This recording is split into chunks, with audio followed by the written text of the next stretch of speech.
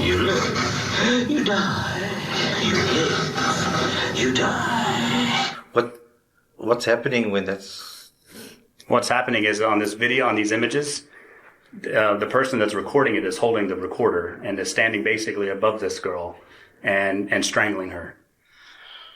And so we need to talk about this. We need to get ahead of this, Mr. Smith. Sadly, in my movies, everyone dies. I get the Oscar. Only me. Okay, please finish. I'm tired. Are you guys in a rush to go home? Are we in a rush? Yeah. Do you want to talk some more? Brian Smith led a double life. At home, he appeared to be a devoted husband, calm, composed, and caring. But beyond the walls of his domestic life, a much darker persona emerged. Under the cover of night, he would drive through the streets of Anchorage in his black pickup truck, drawn by sinister impulses he could no longer suppress. On one rainy evening, Valerie Kessler, a homeless woman seeking shelter in her tent, encountered Brian when he pulled up beside her and offered a ride. Weary from the cold and damp conditions, she accepted. And he pulls up, and I was homeless, living in a tent, and it was raining that night. And he goes, well, it's raining. You want to ride around with me? And I was like, sure. What followed was a seemingly uneventful night of driving through the city, including a stop near the airport to watch planes. Brian presented himself as harmless, merely someone offering warmth and companionship on a stormy night. Did you go anywhere? I probably would have driven around a bit, got some food and stuff. Okay. Did you meet up with anybody, talk to anybody? I can't remember. I probably would have. Between us, I have been known to sometimes go out and find a companion, Okay. Did you do that, you think, that particular night? I probably did, yeah. You probably did. Yeah. Okay. So can you tell me about how that evening went down? Well, if this is the same evening, I met a lady down at the homeless shelter. She actually works there, and she stayed the night. Later, during a brief stop at a gas station where Brian stepped out to use the ATM, Valerie remained alone in the truck. As she adjusted herself in the seat, her phone slipped from her hand and fell to the floor. While retrieving it, her hand brushed against a second phone, tucked out of sight, one that clearly wasn't hers. Acting on impulse and without attracting attention, she quietly slipped the unfamiliar phone into her pocket. I dropped my phone. In the car? In his truck, yeah. You were in the front passenger seat? Yeah. And when I reached down, I grabbed 2 phones. Back inside her tent, Valerie powered on the phone she had taken. Curiosity gave way to horror as she navigated through its contents. Among the files, a folder labeled Homicide at Midtown Marriott stood out, containing 39 images and 12 video files. What she discovered inside was deeply unsettling. One video opened with footage of a man holding the camera. On the floor of what appeared to be a hotel room lay a woman, still alive but visibly distressed. The camera captured the man pressing his foot against her throat as he spoke chilling words. "You're not leaving here alive. I'm killing you." What did you see at first? Him talking and his voice and her body laying on the floor of the hotel. She was alive, though, at that point. Yeah. Right? And he stepped on her throat and he said, "You're not leaving here alive. I'm killing you." The situation escalated quickly. The man retrieved a wire and wrapped it tightly around the woman's neck, ultimately taking her life. Yet the horror did not end there. Even after her death, the footage showed the man continuing to act out his perverse and violent fantasies, revealing the depth of his depravity. Are you still alive? I watched all of it. And it pulled out a wire, put it around her neck, and she was dead. And he was still doing things to her. Despite her fear, Valerie continued exploring the phone's contents. What she found next was chilling. Photos of a woman's lifeless body on a hotel luggage cart, covered by a sheet beside a black pickup truck. It was the same truck she had recently ridden in. Even more disturbing, the woman in the photos was her. The images appeared staged, as if foreshadowing her own murder. The files were dated 2004 2019, less than a month earlier. Valerie was terrified but knew she couldn't ignore what she had found. Still, handing over the phone could expose her to danger. On September 30th, 2019, she removed the SD card containing the evidence and gave it to police. To protect herself, she claimed she had found it in a parking lot, never revealing that it had come from Brian Stephen Smith's phone. Although Valerie knew the identity of the man behind the camera, Detective Brendan Lee, who received the SD card at the station, had no such information. When he and his team reviewed the footage, they were stunned by what they saw. You live, you die. You live, you die. You live, you die. Sadly, in my movies, everyone dies. I get the Oscar. Oh, Newbie. Okay, so please just finish. I'm trying. The killer remained unseen, but his voice was clearly captured. His tone was detached, controlled, yet laced with an eerie intensity. From the language he used, it became evident that the acts were not impulsive. They were methodical. Each movement was calculated, as though following a premeditated script. This was no crime of passion. It was something far more sinister. I don't know why I would have done this. It can't. What I'm trying to say is it can't be anger. It's pretty controlled. It's pretty specific. Mm. It's pretty targeted. I don't think that either. I mean, it's pretty calculated. You obviously know what you're doing. You're telling her what you're doing. You're telling the viewers, in this case happens to be the police, what you're doing. It's pretty calculated. Mm. There's some anger that comes out, but it's very controlled, very intentional, callous act. You're very comfortable doing it too. Which makes us concerned. As investigators analyzed the recordings, a disturbing pattern emerged. The killer wasn't only committing murder, he was documenting it with purpose. The structure and pacing of the footage suggested it was being produced for an audience, possibly for profit. It became horrifyingly clear. These weren't just killings. They were being turned into a form of depraved entertainment. Like I said, there's videos of it. There's video of it, there's audio of it, there's a voice I've been talking to you now for almost 30, 40 minutes, and I know it was your voice I could hear in the video. Okay. And if you'd like to hear some of that, I can refresh your memory with it. And the same pictures are on the SD card with your truck that you said was your truck. Yeah, these are all on the same as your truck here. So.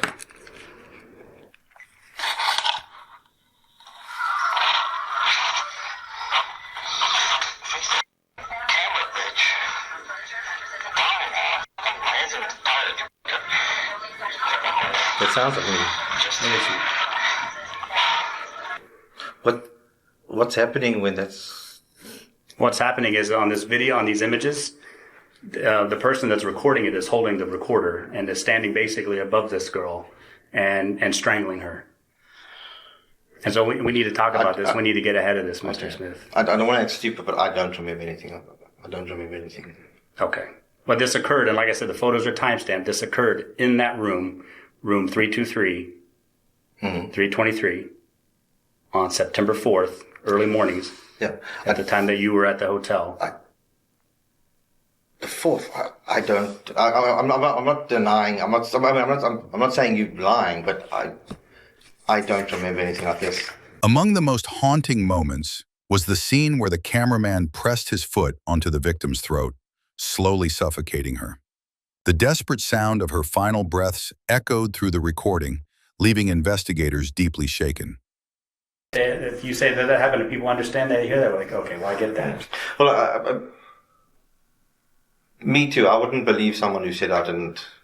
You know, like I said to you right in the beginning, if I was on a anger trip or whatever, the first moment you hit somebody, you'll come out of it. You know, you sober from the first little hit on the person. Well, that's not what you did. Because they kept going for like 30 minutes. Yeah, so that's... You put your hand on her throat, called her some names, you slapped her, you told her she was going to die, Mm.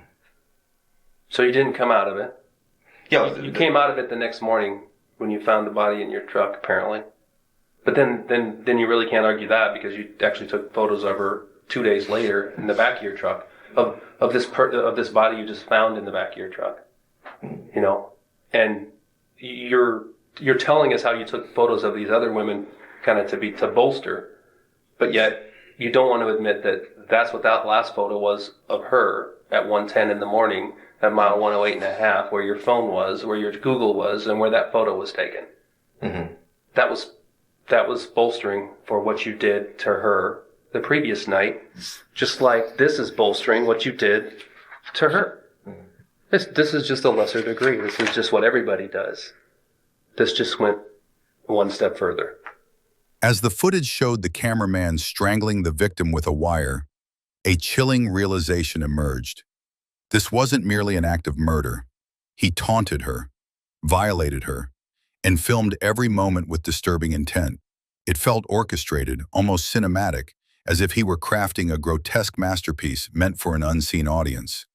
The level of planning and detachment was deeply unsettling. Though his face never appeared on camera, his voice was clearly audible. One officer, struck by its distinct accent and tone, recognized it from a prior case. The resemblance was uncanny. The voice matched that of a man who had filed a police report earlier that same month. So what you're saying is it's definitely you talking on the recording, on the audio there, that you don't recall that? That sounds like my voice. I've got a unique voice. Mm-hmm, absolutely. It's English mixed with the Dutch. Mm-hmm. And you talking and like I said, there's about 12 of these videos, and I've watched every single one of them multiple times, unfortunately. And you talking, you know what you're doing in those videos. I mean, you're describing what's going on in those videos. And so, Mr. Smith, I don't believe that you don't remember this happening. And like I said, we need to talk. We need to get ahead of this because this is pretty big here. Yeah. In September 2019, he claimed that while he was at work, his vehicle had been vandalized. Its passenger window shattered and several items stolen, including his wallet, personal documents, electronics, and a GoPro. That man had no prior criminal record in Alaska. His name was Brian Stephen Smith. And like I said, I have some stuff I want to talk to you, and I want to hear what you have to say, and I appreciate you being attentive to me. So, like I said, we have some matters we need to clear up with you, and I just wanted to ask you, do you have any idea, any thought in your head about what we might want to talk to you today about? No, my truck was broken into a few months, well, about a month or two ago, and that's why I don't have a driver's license. My wallet was stolen. Okay. And I had some papers that were in the car with me. Okay. And some stuff. Is it about that? Where was it at that your truck was broken into? It was at University Lake. University Lake at that's the one over there by UAA, kind of off Elmore Road. Is that the University Lake? Yes, it's right there between the Native Hospital and Providence. Yeah. Okay, what day was it that it was broken into? Oh, I can't remember. Did you report it to the police? Yes. Okay. And they used my credit card to go buy a whole lot of stuff.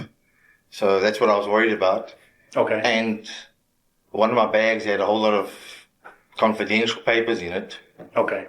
Things that I used with my immigration. Okay. And so I was worried about those things getting in the wrong hands, identity fraud and all that stuff. Okay. Yeah. That discovery was all Detective Brendan Lee needed to pursue the case further. He reviewed the Marriott guest list from the dates corresponding with the video timestamps. As suspected, Brian Stephen Smith's name appeared. He had checked in from September 2nd to September 4th. A few weeks ago, probably a month or two, I had a fight with my wife and I went and stayed at a Marriott. Okay. It's the one that's behind Moose's Tooth. Okay, yeah. Behind the Moose's Tooth. Yeah. Okay, and what, you said about 2 weeks ago? Yeah. You and your wife stayed there? No, I stayed there. Yeah. You stayed there? What did you say about your wife, though? Oh, we had a fight. So. Oh, you had a fight?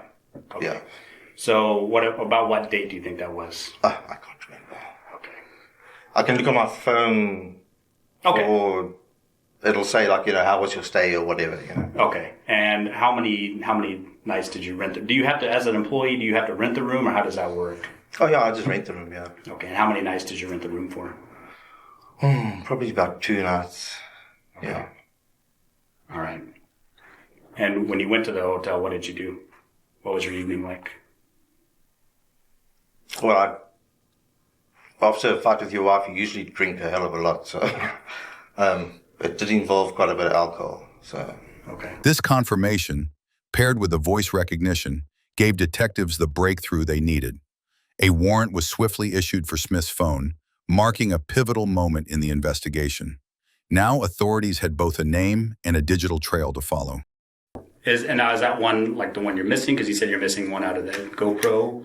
no, well, the whole GoPro's gone. Oh, the whole GoPro's gone. Yeah. But was that the type of card that might have been in that GoPro when it was gone? No. Okay. I've got one of these that I've been using for my 3D printer. Okay. Yeah. So that's why I've got these green ones. The other one's all black. Okay. Yeah. Well, and so like I said, this was brought to APD and given to me, and like I said, I viewed the images and the videos on that SD card. Yeah. And that's obviously that's how I got to you. That's how I figured out who you are. Okay. And that's what we need to clear up that matter of what's on that SD card. Okay, what's on the card? Shortly after the SD card was turned over, a grim discovery was made. Human remains were found near mile 18 of the Seward Highway. The victim was a woman with long dark hair, matching the individual seen in the disturbing footage. Investigators quickly connected the dots. This was likely the same woman captured in the videos. With a prime suspect identified and a body recovered, the urgency intensified. The FBI joined the investigation, providing crucial data. Smith's cell phone had pinged off a tower near mile 108 of the Seward Highway, potentially pointing to the location of another crime scene. What kind of phone do you have? I got a Galaxy Note 5. Okay. How long have you had that phone? About a year. Okay. Yeah. And is that phone linked to the number you gave me a minute ago, 205? Yeah. Okay. So you've had that phone more than a year, or that number? How long have you had that number? Oh, I had that number about 4 years. Yeah. Okay. All right. So part of the way this investigation has gone so far is that we got that number based on records, state records, that you've given it for many different reasons. We linked that number to you. Yeah. And I obtained the records from AT&T via search warrant. And what that entails is basically the way your cell phone works, and you probably know this, is as you go around town, your cell phone pings off towers that are all over Anchorage, and it shows us basically historically of where you've been. The evidence was mounting, and the pursuit of justice had officially begun. The phone data was a crucial breakthrough. Its timestamps and location matched exactly with where the remains were found, directly linking Brian Stephen Smith to the crime. On October 10, the victim was identified as 30-year-old Kathleen Jo Henry. Her social media activity had abruptly stopped just days before the videos were recorded at the hotel. Originally from Eek, a remote native Alaskan village of fewer than 500 residents, Kathleen had moved to Anchorage. She was divorced and had earned her GED in prison at age 23. Her criminal record dated back to 2007, including charges such as assault, DUI, and theft. Despite her troubled history, Kathleen's life was cut short in a horrific act that would now drive a high-profile murder investigation. Most recently, on December 1, 2019, Kathleen Jo Henry had been charged with fourth-degree assault. Despite her troubled history, those close to her believed she was making an effort to rebuild her life. She remained hopeful about the future and was deeply loved by many. At the time of her death, Brian Stephen Smith was vacationing in Virginia with his wife. In a strange twist of timing, the SD card containing the incriminating videos was turned over to police on October 8th, the very day Smith departed Alaska. Upon returning to Anchorage, Smith began a new job at the Residence Inn, a hotel near University Lake, and separate from the original crime scene. But Detective Brendan Lee had no intention of giving him another opportunity to act. When Smith landed at Ted Stevens International Airport following his trip, law enforcement was waiting. Unaware of the unfolding investigation, Brian Smith was taken completely by surprise. Mr. Smith, I'm Detective Lee, the Anchorage Police Department. I just want to show you my badge, Yeah. ID, so you know who you're talking to. This is Detective Bell, my partner. We have some matters we wanted to clear up with you and talk to you today, so I appreciate you coming up here with these guys and talking to me. Obviously, We're here at the airport. They brought you up here to talk to me, so we have some kind of a formality to get by. I have to read you what's called a Miranda warning. Do you know what that is? Yes. Okay, so I'm going to read this to you, and if you have any questions at all while I'm reading it, just feel free to stop me and ask me, and I'll explain it the best I can, okay? After a long flight from Washington, D.C., he was met not by routine, but by handcuffs and the beginning of his reckoning. You said you stayed there 2 nights, right? Yeah. And this was the second night that you're telling us This about would right have been now? the second night, yeah. What did you do the first night? The first night you stayed there, tell us about that night. That night, I would have probably just fallen dead asleep, if I can put it that way. Okay, so that you didn't have somebody else, you didn't meet another companion, have somebody else there the first night. No, I would have been like, just tired from the fight, you know, you're mentally tired, you just want to go home and just... After a grueling 10-hour flight across 4 time zones, Brian Stephen Smith arrived in Anchorage physically and mentally drained. His exhaustion left him vulnerable at the worst possible moment. I just wanted to show you some pictures, see if it would help you kind of refresh the girl from that night. Mm-hmm. No, that's not her. Not her? She has short hair. Short hair, okay. She looks like a drug addict. Okay. Yeah. Have you ever seen this woman before? No. Have you ever had any contact with her at all? No. I have. Look, in the last 5 years that I've been here, probably starting about 2 years ago, I've probably gone out and picked up a girl or two. So I might have seen her before, but not fresh in my mind. Okay. Yeah. All right. Detectives didn't confront him immediately. Instead, they let him sit across from them, unaware of the extent of their evidence. Their aim was to observe his reactions, not alert him to what they already knew. This was one of the images on there. Part of it is kind of cut down a little bit, but can you tell me what's in that photo? There's somebody's feet. Okay. Yeah. Whose feet are those? I don't know. Okay. I'm looking at your shoes. I mean, it looks like the shoes you're wearing right now. Yeah, it does, yeah. Okay. Is it safe to say those are your feet in that picture? I don't know. Okay. I'm not the only person that's got shoes like this. Okay. I did recently buy these. I can't tell you when. Okay, you can't tell me when. How long have you had them? I don't know. You don't know? Okay. I don't know. Where'd you buy them from? These I would have got at Fred Meyer. Okay. Yeah. Okay. All right. I just want to show you some other images here that, and like I said, I've watched the videos and the images on there, and I've watched them multiple times, and that's why we're here. That's how I knew to talk to you. So, these are just some of the other images on there. Okay. So what can you tell me about these photos? This looks like someone that's already been beaten up a bit. Okay. And these are images. These are images, but there's also videos of this person. Yeah. And another person in the room as well. And that's why we're here to talk to you about. How many people in the room? At least 2. Oh. So we need to address this. We need to clear this up. Okay. Mr. Smith. You think I hit this girl? Well, like I said, there's videos of it.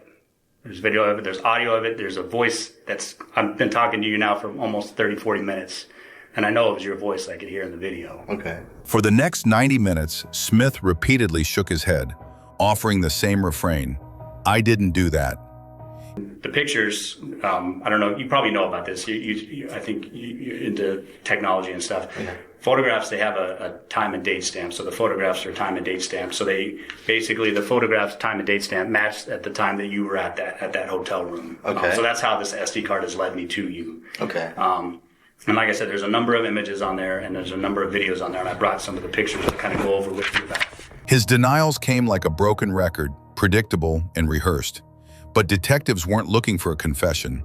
They were looking for inconsistencies. The same pictures are on the SD card with your truck that you said was your truck. Yeah, these are all on the same as your truck here. So what's happening is on this video, on these images, the person that's recording it is holding the recorder and is standing basically above this girl and strangling her. And while Smith denied everything, the investigators held the upper hand. They had the videos, they had the evidence, and they were prepared to wait as long as it took for the cracks to show. So then I just have more photos, and then this is more of the images that were on the phone. And this one's out in the parking lot, your truck again. Do you recall that? Who would record stuff like this? That looks like a Marriott card. That looks like my truck parked over there. It is. I do not remember anything like this. Honestly. Where is this girl now? I don't know. She's not the girl I picked up. I can tell you now, she's not the one I picked up. The one I picked up was short hair. And I dropped...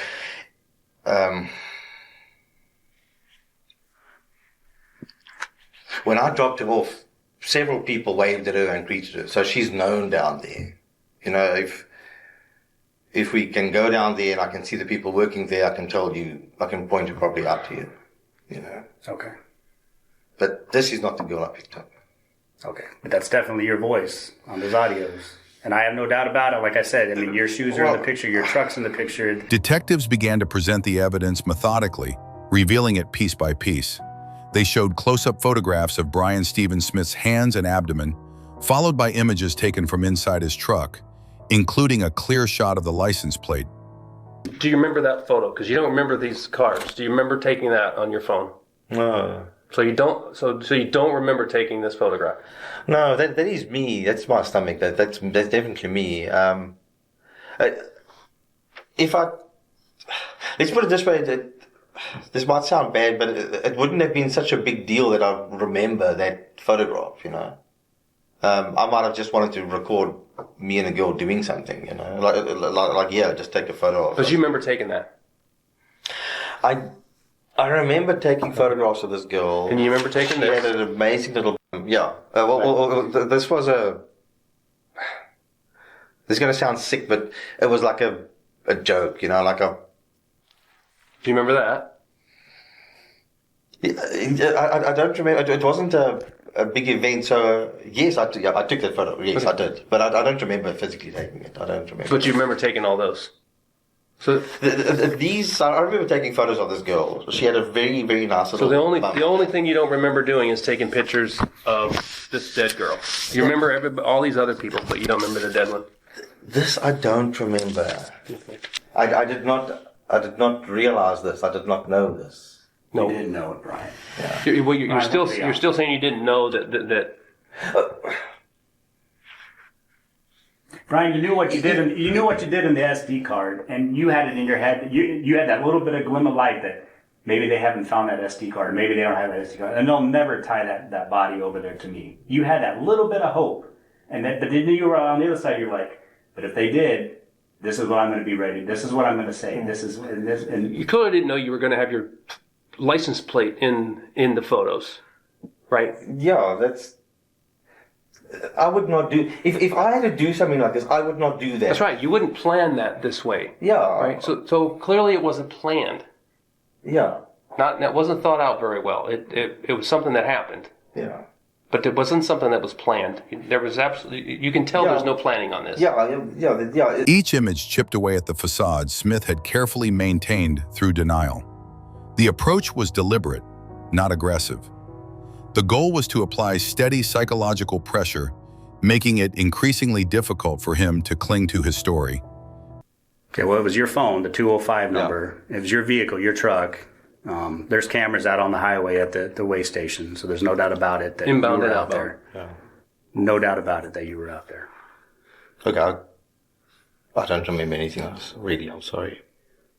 I think you do remember it, Mr. Smith, and and like I said, we need to talk about it because right now this right here is a small portion of this investigation, but this is just a small part of a very large investigation, and we're talking to people. We're talking to your wife, okay? When have you spoken to her? We're talking to her right now. Right now. Okay, and like I said, this is this is going to hit the news, and this might be your one chance to talk to give your side of it, to give your story.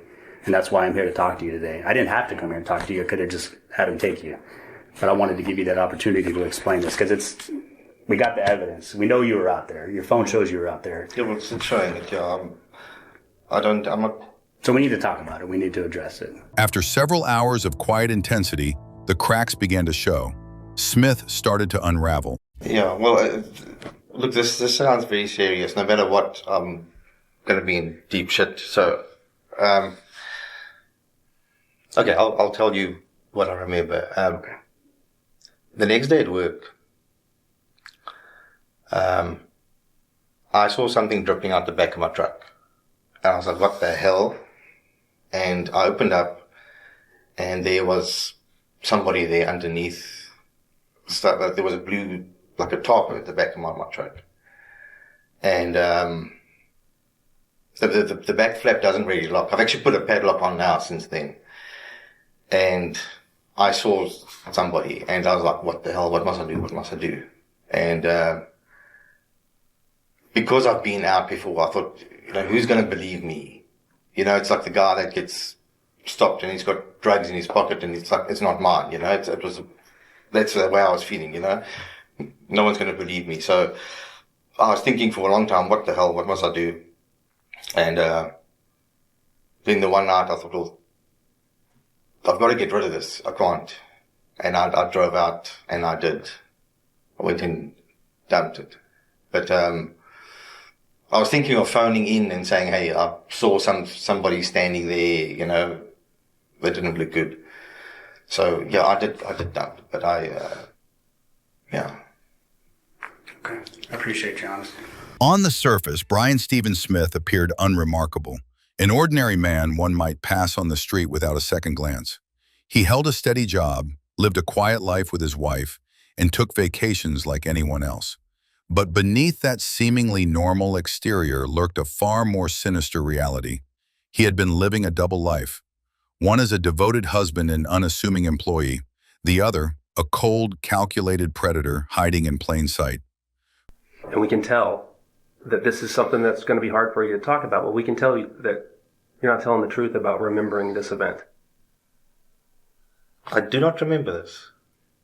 On the videos, on several of them. Yeah. In my movies, sadly, everybody dies. Bitch, what are my followers going to think of you? People need to know when they're being serial killed. These are things you're saying to her while you're doing that. Why would I say that? That's stupid to say things like that. Right. You weren't anticipating that we were going to get a hold of this card, and you weren't anticipating that the railroad was going to drive by and see bones laying on the side of the railroad track. You didn't anticipate that. What do you think a normal person, reasonable person, if I came out and I found a dead body in my back seat of my car or in the back of my truck, what would a reasonable person who's never had any contact with the law, as far as I know, right? Never had any negative contact with the law. There's video there that would explain it, right? If somebody put that body in the back of your truck, why would you not call it? A reasonable person would call the police and say, hey, I found a dead body. What they wouldn't do is wait 2 days, keep the dead body in the back of their car, drive it home, park it in the driveway, and then take it out to a spot and not only dump the body over at the guardrail, but take the other stuff that's with her to a different place. What does that look like? And then take pictures of her in the back of your truck. Yeah. So nobody else could have done that. For investigators, the hidden side of Brian Stephen Smith was finally coming into focus. The evidence revealed how meticulously he had separated his double life, one of domestic normalcy and the other of calculated violence. But now, those worlds were colliding beyond his control. Smith's story began far from Alaska, in South Africa. Life there had taken a harsh turn. A failed business venture left him financially ruined and searching for a way out. That escape came in the form of Stephanie, a folk singer from Anchorage, whom he met through an online game. What began as casual conversation quickly grew into a deeper connection. Stephanie, older and spirited, felt deeply for him. For Brian, the relationship offered a fresh start, a chance to leave a broken past behind.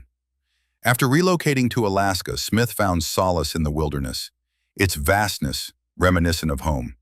But life with Stephanie wasn't as idyllic as it appeared. He struggled to adjust to her world. Surrounded by her close-knit, welcoming circle of friends, Brian remained an outsider, never fully fitting in. Did you do this to her because you were angry at your wife? No. And your wife rejected you, and you were, what? No, my wife has never rejected me, but my wife actually, she wants to have a more physical relationship. But it hasn't been happening, right? Yeah, it hasn't been happening. It's difficult to, it's complicated to understand. I I once told her that she spoiled sex because it's such a procedure to get the whole thing going, you know? The age gap between Brian and Stephanie only deepened the disconnect. While Stephanie sought stability and companionship, Brian's restlessness led him elsewhere, down a darker path. Who's that? That's a girl that I met, and we screwed a little bit, and once more time I cheated on my wife with this one, and she was passed out drunk. Yeah. And when was that? This was actually recently, a few weeks ago. After or before you were at the hotel? After this, yeah. She was drunk out of her mind. Yeah. So after this, where did you meet her at? So did you pick her up? Yeah, this girl I picked up, yeah. Where'd you go? I can't remember. It wasn't long before he met Alicia Youngblood, a younger colleague who offered not just an escape, but a dangerous thrill. Their connection began casually as drinking companions, but quickly evolved into a secretive and intense relationship built on risk and shared fascination with the macabre. Alicia was drawn to violence and chaos. She often recounted dramatic tales, stories of being pursued by the FBI and robbing banks. Brian knew they were fabrications, but he didn't care. In my mind, I was gloating to, well, not gloating, but I was, Alicia and I were doing our little jokes about things. This instant here, my little private joke in my head was that I actually took her to a real site, she thought that we were both joking about it. You know, because like I said, we were joking about all of our little things, you know. But you made up the other part about where it happened and that kind of stuff. Yeah, all the other stuff I made up. And this just happened to be real, you know. Her fantasies gave him the space to invent his own. In one of their conversations, Brian claimed he had killed someone. Rather than recoil, Alicia was captivated. Encouraged by her reaction, Brian took a disturbing step further. He brought her to the site where he had disposed of a body. I actually took Alicia there because I was boasting. You took her to I was boasting to her, but I knew. But this is like a year after, or 2 years after. You took her there about a year after it happened. I knew it wasn't there. I knew the person wasn't there because I'd driven past a few times. From the road, I could see that what I'd covered with was not there anymore. Okay, so somebody had found it. So that's why I know you guys must have found it. Somebody found the remains before you took Alicia out there a year later. Yeah. Do you remember when you were out there and noticed that it was found? I think I actually went past a few months later, like 3-4 months afterwards. Okay, and so you took Alicia out there would have been in this time of year, maybe in 18? July, August of 18? Yeah, around about this time, yeah, because it was close to, yes, she left in August. So it was, this whole thing of ours was like, because we knew she's leaving and stuff, so our whole thing got transcended the month before August. For Brian Stephen Smith, the affair with Alicia Youngblood wasn't just about physical attraction. It was about control, secrecy, and the thrill of leading a double life. Alicia's influence drew him deeper into a world where fantasy and reality began to blur. Each fabricated story, each shared secret, strengthened their bond. But this was no ordinary relationship. It was a volatile and dangerous game, and the boundary between fiction and truth was quickly vanishing. Investigators later discovered that Smith had been active on Quora under the alias Bradley Phillips.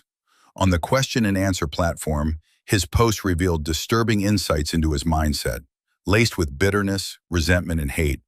It offered a glimpse into a darker persona lurking behind his composed public image. Detectives recognized the duality of the man they were dealing with. On one hand, the polite husband and dependable employee. On the other, a secretive and calculated predator. Leaning into this psychological divide, they appealed to the good Brian, urging him to confess to the crimes committed by his darker side. Smith knew he was cornered. The mounting evidence was overwhelming. and he had no plausible explanation to escape it. What do you think of yourself? I don't like it. I'm disgusted that I've done something like this. Do you think that, and I'm not saying it was entirely intentional, but do you think that you, the good Brian that we're talking to, apparently we haven't seen the bad Brian yet because bad Brian did this. Do you think good Brian wanted bad Brian to get caught? That's why somebody made it so easy for us? So, yes, so we're not at a stalemate. I've done that. I just don't know why. You just have no explanation for good or bad of why It's you did it, why it happened. Yeah. The photographs are stupid. You say that somebody took the SD card out of my truck and I said, no, give it back, it belongs to work or something. That's what you said. If I knew, if I was trying to hide away and not get caught, I would not let something like it happen. I wouldn't have Seems an SD careless. card. I wouldn't have an SD card. But all this seems careless too. Very, yeah. That's somebody that wants to get caught. And you're in a hotel room, for God's sake. In your own hotel, in your own chain of, using your own name with your own employee discount. Yeah. With your own truck. Documenting every step of what you did. After hours of interrogation, Brian Stephen Smith finally gave detectives what they had been working toward, a full confession. I hope that someday, when you are ready to talk about this, that you're willing to do that so that we can learn and so that we can understand that. Because what we've been doing for the last week or days is looking at that thing, that video and those photographs, studying you and trying to figure it out. So if you ever get to that point where you're willing to talk and tell us why, if you can figure that out, I owe you that. I would appreciate it. Yeah. Keep that with you. Well, if I'm going to prison, I'm not going to... You'll get to keep that. You get to make phone calls. I got no one to talk to now. What's that? I've got no one to talk to now, so none of my friends will ever... Well, It's this is my fault. I've dug my own grave here. I did this to myself. I can't blame anybody else, you know? So, Brendan. Yeah. The one thing I wanted to ask you is your truck. Did you ever wash it out, spray it out, anything like that? after she you was in dumped the it, body. are we going to find biological evidence in your truck? Did you bleach it? Did you wash it? At the back, I had a piece of carpeting at the back, and there was a bit of blood on it. So I cut that piece of carpet out and I tossed it in a dumpster, and I did spray bleach on there to try and kill the germs and whatever. That was a wise thing to do, unlike everything else. So you'll see the back of my truck. It's cut. You know. It appeared the case was coming to a close. They had their suspect, the evidence, and now the admission. So what we have is a search warrant that we're going to serve on you, and it's basically as simple as collecting a sample of your DNA, which is swabbing the inside of your mouth. We're going to get some photographs of you while you're clothed and while you're unclothed. Okay. And then we'll go from there and explain what's going to happen next. So. And we're going to take your shoes. We're going to have, and then we're going to ultimately take your clothes, just because we have the search warrant for that. All right. Mm-hmm. Are you going to take me off to prison? Yes, that's the step at the end of this night. Okay. So I'm not going to see my wife again. Well, that depends on what she does. I don't know if they're done talking to her. I don't know what the extent of that is. I doubt very much we're done at your house. So we're seizing everything. We have a search warrant to search the house. We've taken the truck. We have a search warrant to search the truck, obviously for biological evidence. And I don't know what all we're going to find. Or what else? Are we going to find anything else in those searches? I don't know. You don't know? Have you ever killed anybody else? I'll just be straight up with you. No. Are we going to find any evidence that you're attached to any missing persons, either here or South Africa? No. But just as the interview was wrapping up, Smith delivered an unexpected revelation, one that would shake the entire investigation. He confessed to another murder, one the detectives hadn't even suspected. Are you guys in a rush to go home? Are we in a rush? Yeah. Do you want to talk some more? We're not in a rush. We got all night. I have 2 days. I saw your ears do that. You know what? I mean, that's what we do. We love to talk. Some time ago, I can't remember when, picked up a very drunk girl. My wife was gone. She was away for the weekend. I took her home. And Up to that point, Smith had remained oddly composed. Now he calmly described a second victim in chilling detail. The realization hit quickly. This wasn't an isolated crime. They were dealing with a serial killer. Going to find any evidence that you're attached to any missing persons either here or South Africa? no, that's big talk. That I told you that was just big talk between. Okay, I wouldn't be doing my job if I didn't. Yeah, ask, you have to ask. Yeah. right? You know, because the video that we watch, frankly, it doesn't look like an amateur. Everything else does, but it doesn't look like the person in that video. It doesn't look like it's the first time they've killed somebody. You're enjoying yourself killing her. Smith's confession didn't end the case. It blew it wide open. What followed was a breakthrough moment. The investigation had only just begun, and Smith made it clear. There were more victims still to uncover. I know you guys are doing good cop, bad cop. We're not really trying to do that. We're both pretty good cops, I think. I think we're pretty good, yeah. That's what I can't understand. You're both trying to be good. Who's the Well, bad? we are just good. We don't do the good cop. And, and I appreciate that, and everything you've done I really appreciate that. I know I'm gonna burn already, so, and I don't want you to have to waste your time. We appreciate that. But yeah, so I shot this girl, and then I went and dumped her out on that little side road going towards Butte. When you turn off the highway. By the excluding the power plant? Yeah, around about that area, yeah. You must have found her. We may have. How long ago was that about? Oh my God, 3 years ago. 3? It was a long time ago. What time of year was it? It wasn't winter because it was green. Okay. Yeah. So fall or summer? I don't know. Okay. I'm really sorry. When I say I don't know, I mean it. Okay. I'm sorry. I appreciate it. I'm saying really all the time. I can believe that. It's been 3 years. Yeah. With his wife out of town, Brian Stephen Smith went out in search of alcohol. Yeah. My wife was gone. Yeah. Do you remember where she went? No, but she usually goes to her aunt in Kodiak. She usually goes and visits there now. Her aunt? Oh, Yeah. okay. This girl was. I'd also just gone to the Safeway to go get something, and as I was driving off, she was on the side there, and she actually seemed like a nice person, and she wanted booze. I knew that. She was drunk. She had a half a bottle of R&R on her there, and I think that's actually why I stopped, because I had some booze, but I didn't know if I had enough. So I was like, that attracted me to her. I picked her up and I said, "Hey, you want some warm food and a warm place to sleep tonight?" And she was like, "Yes, sure." And she jumped in, but she was really drunk. She was slurring it. While walking the streets, he encountered a woman and brought her back to his home. Nervous about leaving any trace, he told her to take a shower, fearing his wife might detect another presence. When she refused, the situation escalated. Smith retrieved his pistol from the garage and again ordered her to the shower. What happened next took a dark and irreversible turn.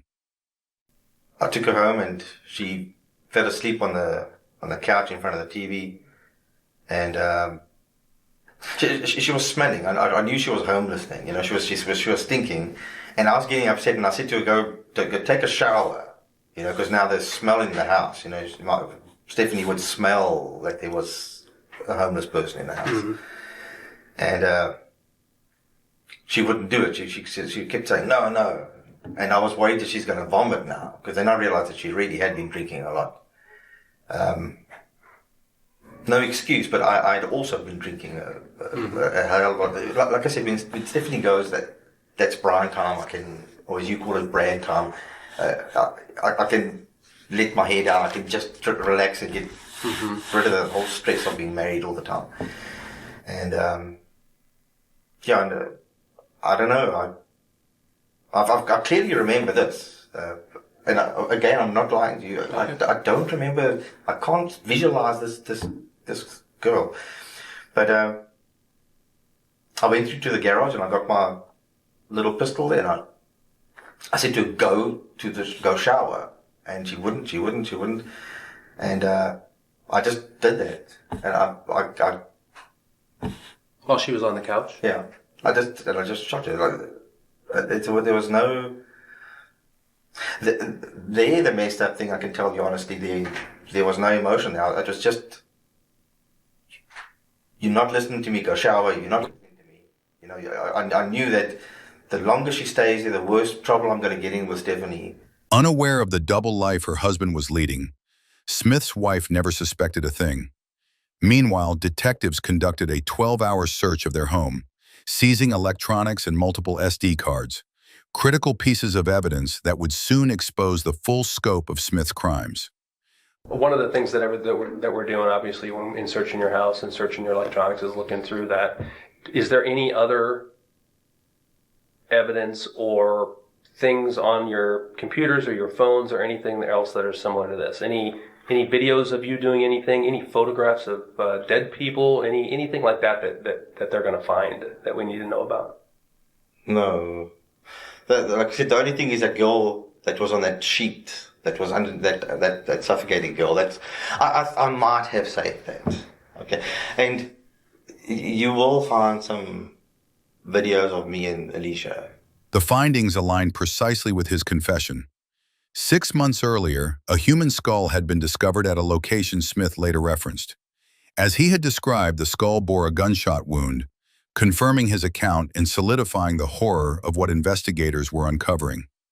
So that, If we got you a computer with Google Maps or something on it, would you be able to and be willing to show us about where you think you might have? yeah, I can show you a photo out There, there. we appreciate that. During the search of Brian Stephen Smith's home, investigators uncovered another SD card, this one containing footage of a woman lying naked on the floor. Forensic analysis later confirmed the victim as Veronica Abachuk, a local woman who had vanished from the streets of Anchorage. The discovery struck a deeply personal chord.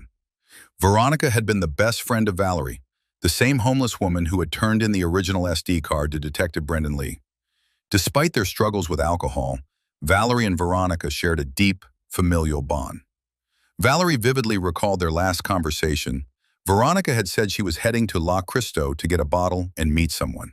She never imagined that someone would be Brian Stephen Smith, or that it would be the final time she'd see her friend. Veronica was my best friend, and I loved the hell out of her. I knew her daughters, you know. They wasn't working girls. They were just women that had drinking problems, you know. I remember the last time I talked to her. She said she was going to the liquor store. She's going to get a bottle. And she had to go meet up with somebody. That must have been him, because that was the last time I ever saw her. Brian Stephen Smith, a 48-year-old South African immigrant who had recently become a U.S. citizen, was formally charged and pleaded not guilty in court. Despite having confessed to both murders, Brian Stephen Smith later attempted to distance himself from the crimes. During a press conference, Anchorage's deputy district attorney announced that a grand jury had indicted Smith on 13 felony charges. Smith had admitted to being the man in the video, to sneaking a body out of the hotel, placing it in his truck, and later dumping it. He also confessed to the murder of Veronica Abachuk. With his confession and photographic evidence, detectives were confident they had their man and the case appeared nearly closed. But in court, Smith offered a surprising defense. He claimed the confession was merely part of a role-play scenario he had created with Alicia Youngblood. According to him, the story involving Veronica, bringing her home and shooting her, was fictional, a cover to protect himself from what Alicia might say. However, at the time of his confession, Alicia was unaware the police were investigating him. Following Smith's arrest, she came forward and shared her version of events, casting further doubt on his claims and strengthening the case against him. Alicia Youngblood became a crucial witness.